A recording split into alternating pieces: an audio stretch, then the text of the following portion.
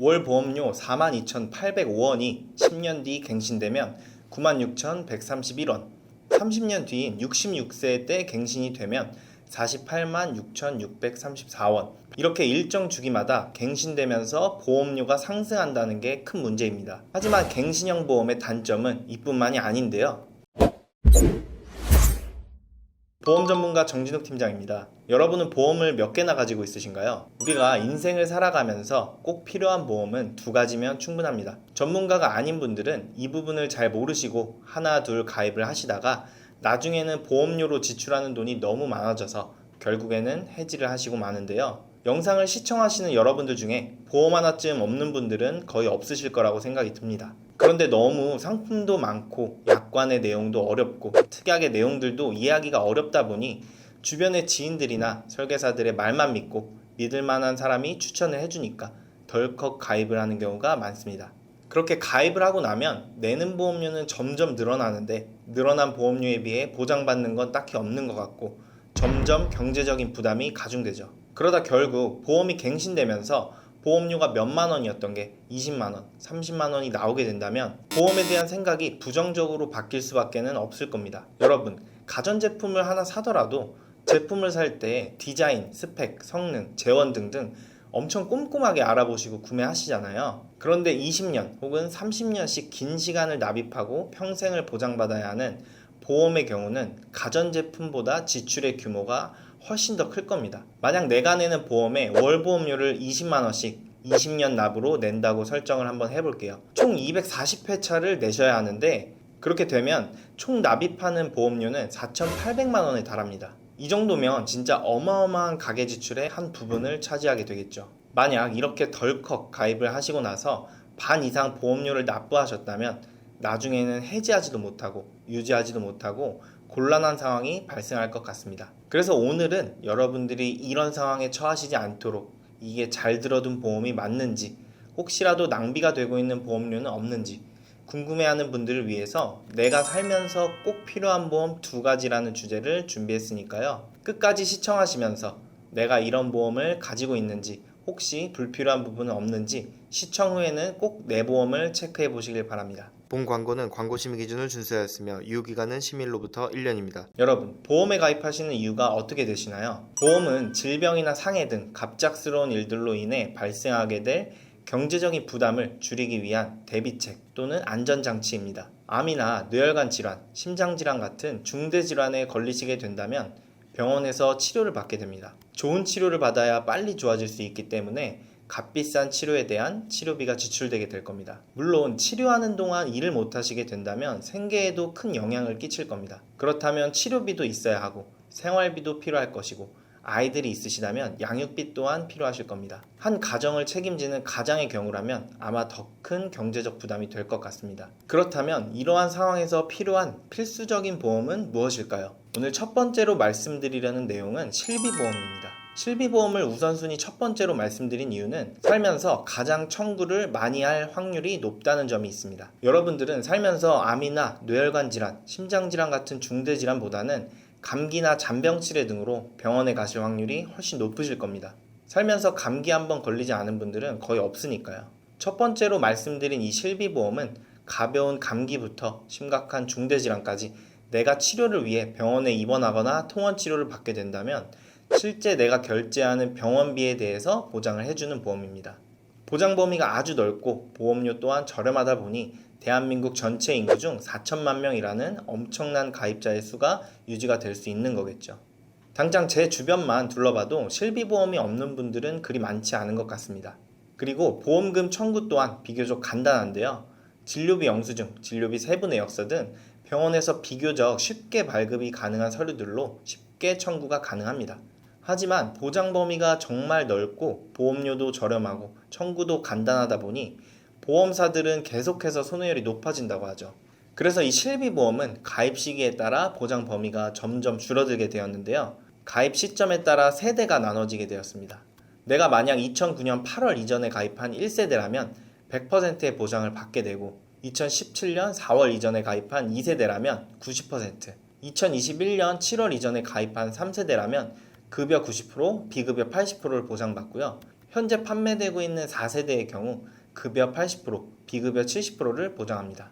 여러분이 보통 병원에서 진료를 받으시고 진료비 영수증을 받게 되시는데 그 영수증을 한번 보시면 건강보험공단에서 내주는 급여 항목, 내가 내야 하는 급여 항목, 그리고 비급여 항목이 나눠져 있는데요. 4대 보험에 가입이 되어 있으신 분들은 국민건강보험공단에서 지급하는 급여 항목을 제외한 나머지 급여 항목과 비급여 항목에 대한 비용만 지출하시게 될 겁니다. 실비보험은 이때 나머지 급여 항목과 비급여 항목에 대해서 각각 세대별로 나눠져 있는 자기부담금을 제외한 금액을 보상해주게 됩니다. 그렇다면 한번 예를 들어 내가 병원비를 2천만 원 쓰게 되었다고 가정해 보겠습니다.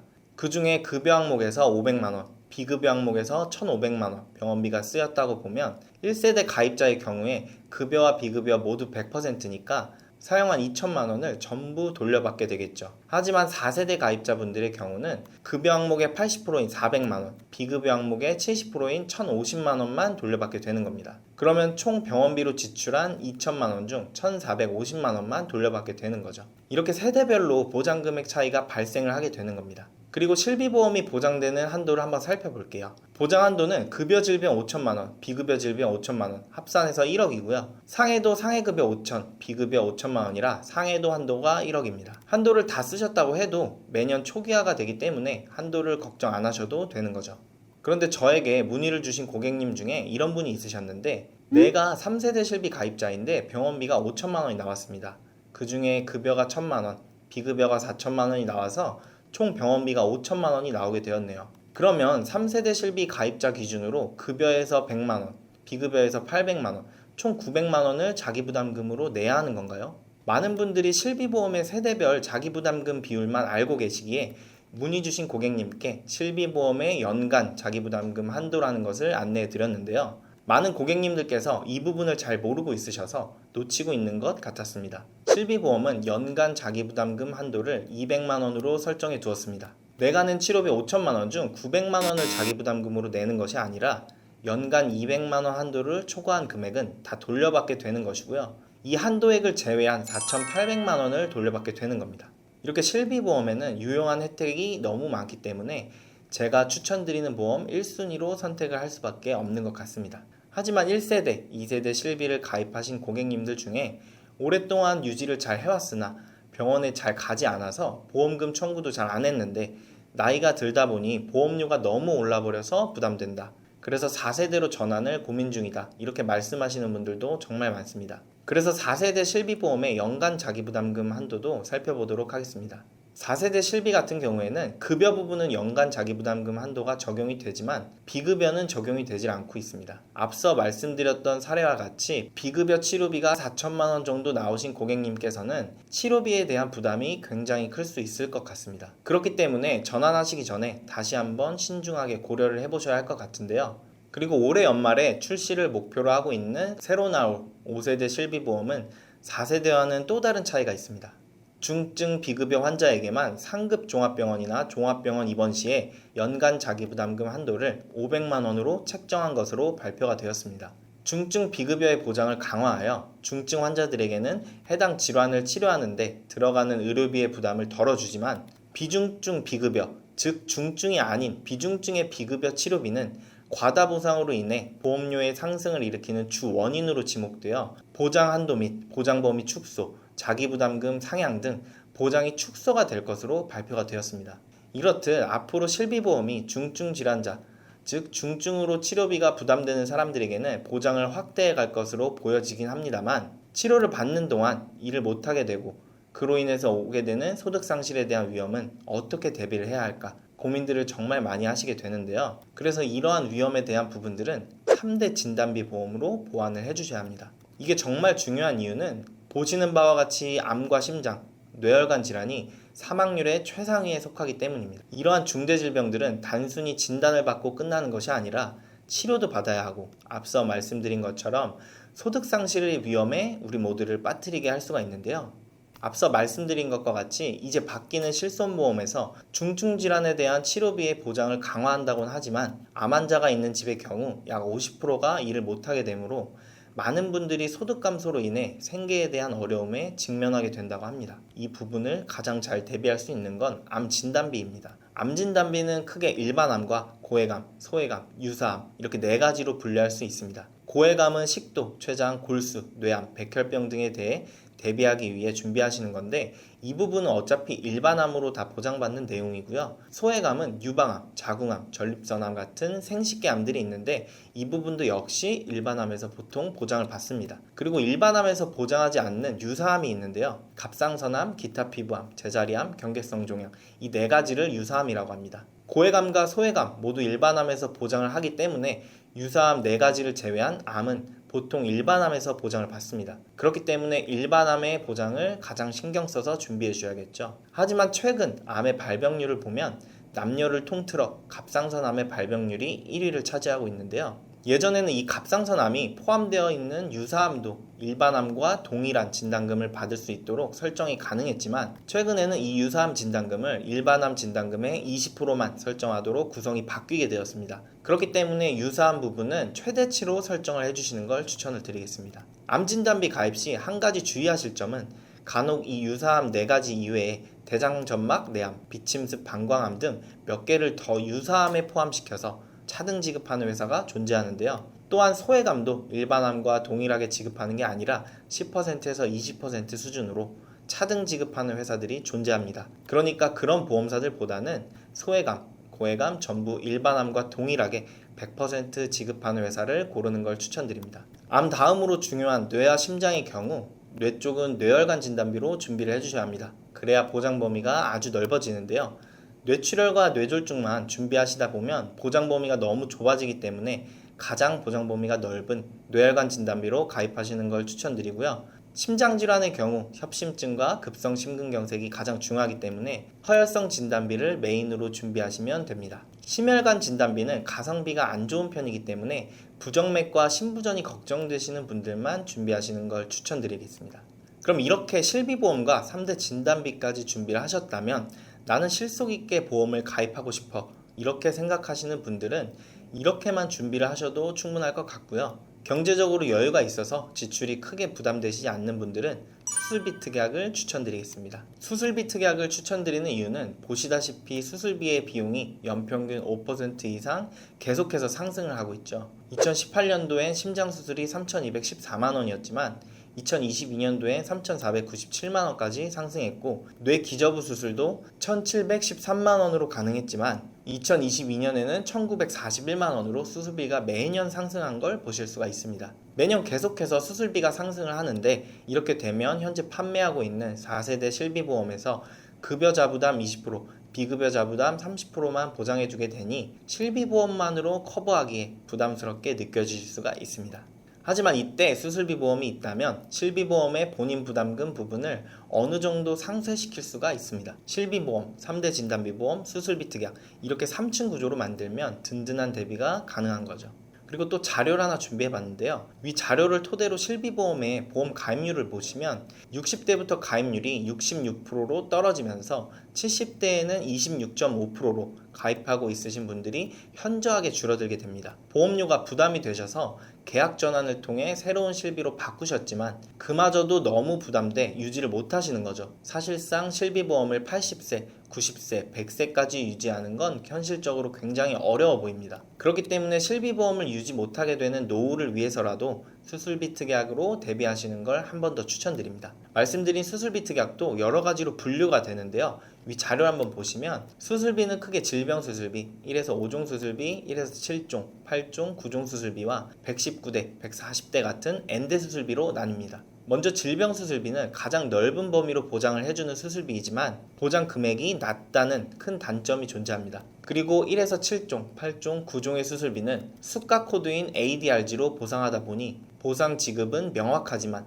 비급여가 보장이 안 되고 N대 수술비는 질병 분류 코드에 부합하기 어렵고 질병 분류 코드에 따라 차등 지급을 합니다. 그래서 제가 추천드리는 수술비는 1에서 5종 수술비인데요. 1에서 5종 수술비는 관열, 비관열로 나뉘어 차등 지급을 하긴 하지만 비급여도 보장을 받을 수 있고 새로 나오는 수술 또한 보장이 됩니다. 그리고 비교적 큰 수술로 갈수록 보장 금액이 커지기 때문에 노후를 대비하는 수술비로는 1에서 5종 수술비를 추천드립니다. 이렇게 실비보험과 3대 진단비보험, 수술비보험까지 소개를 해드렸는데요. 이렇게 어떤 보험이 필요한지 파악하셨다고 하더라도 막상 보험에 가입을 할 때 좀 더 저렴하게 가입을 할 수 있는 몇 가지 팁을 알려드릴 생각인데요. 이 부분도 정말 중요하니 꼭 기억해 두셨다 보험 가입을 알아보실 때 잘 적용해서 가입하시길 바랍니다. 남들보다 좀 더 저렴하게 손해를 보지 않고 가입하는 방법을 알려드리겠습니다. 먼저 첫 번째 팁은 갱신형이 아닌 비갱신형 보험으로 가입하라인데요. 차트를 한번 보시면 36세 남성 사무직 1급 기준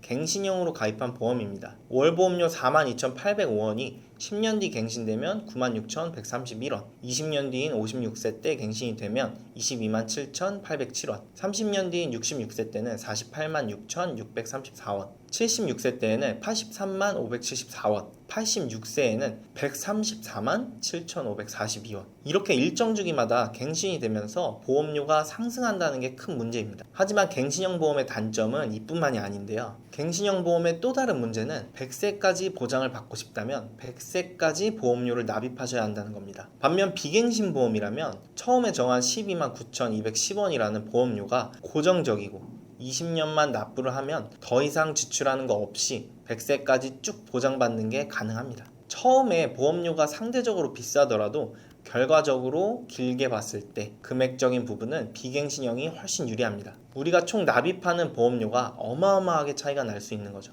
훨씬 더 저렴한 금액으로 갱신형 보험과 동일한 보장을 받는다면 더 이상 말씀을 드리지 않아도 현명한 선택을 하실 거라고 생각합니다. 처음에 내게 되는 보험료가 저렴하다는 말만 믿고 갱신형으로 가입하지 마시고요. 꼭 비갱신형으로 가입하시길 바랍니다. 다음 두 번째 팁은 납입 면제 특약이 포함되어 있는지 확인하는 건데요. 암, 뇌, 심장 같은 중대 질병에 걸리게 되었을 때 나중에 낼 모든 보험료를 면제해주는 기능입니다. 예를 들어서 보험을 가입하고 10년 뒤에 암에 걸렸다고 가정을 해보겠습니다. 그럼 그때부터 앞으로 내야 될 모든 보험료가 면제되고 암 진단비는 진단비대로 받으시고 그 외에 남아있는 특약들은 살아있기 때문에 보험료를 안 내면서 다른 보장들은 보장받을 수가 있는 거죠. 그러니 납입면제 기능은 꼭 추가하시길 바랍니다. 다음 세 번째 팁은 납입기간을 짧게 설정해라 인데요. 납입기간을 줄이게 되면 당장 내가 내는 월보험료는 올라갈 수밖에 없습니다. 그러다 보니 월보험료 부담을 줄이고자 25년 납, 30년 납 이런 식으로 납입기간을 늘리곤 합니다. 하지만 그렇게 되면 내가 내는 총보험료는 엄청나게 상승을 할 거고요. 결과적으로 더 많은 지출을 하게 될 겁니다.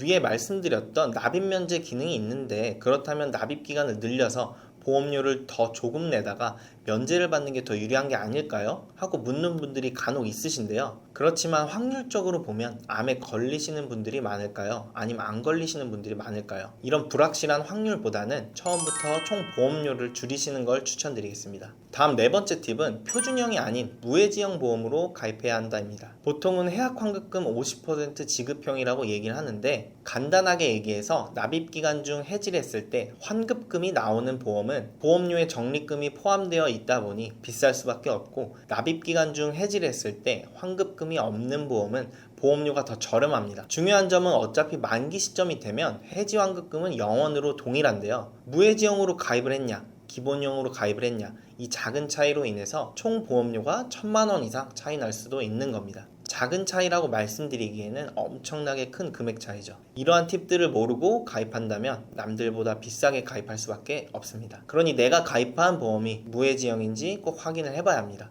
다음 다섯 번째 팁은 10년 이내에 입원, 수술, 중대질병 등이 없다면 10년 건강고지 할인형을 가입해라입니다. 133,201원으로 가입할 수 있는 보험을 10년 이내에 아무 병력이 없는 건강하신 분이라면 84,690원으로 가입할 수가 있습니다. 남들보다 30%가량 저렴하게 가입을 할 수가 있는 거죠. 병력 때문에 10년 건강채로 가입을 못하셨어도 매년 할인을 통해서 보험료가 저렴해지는 무사고 전환 제도도 존재하니 그 부분도 적용이 되는지 참고해서 가입을 하시면 더 저렴하게 가입을 하실 수가 있습니다. 자, 오늘은 인생에 있어서 꼭 필요한 보험 두 가지라는 주제로 여러분들께 실비보험과 3대 진단비보험을 소개해드리고 이러한 보험들을 가입할 때 좀 더 저렴하게 가입할 수 있는 팁들을 몇 가지 소개해드렸는데요. 실비보험과 3대 진단비보험 이렇게만 잘 준비를 하시게 되면 앞으로 살아가면서 필요한 내용들을 대부분 대비할 수 있다고 생각이 들고요. 이 두 가지 보험 외에 다른 보험들까지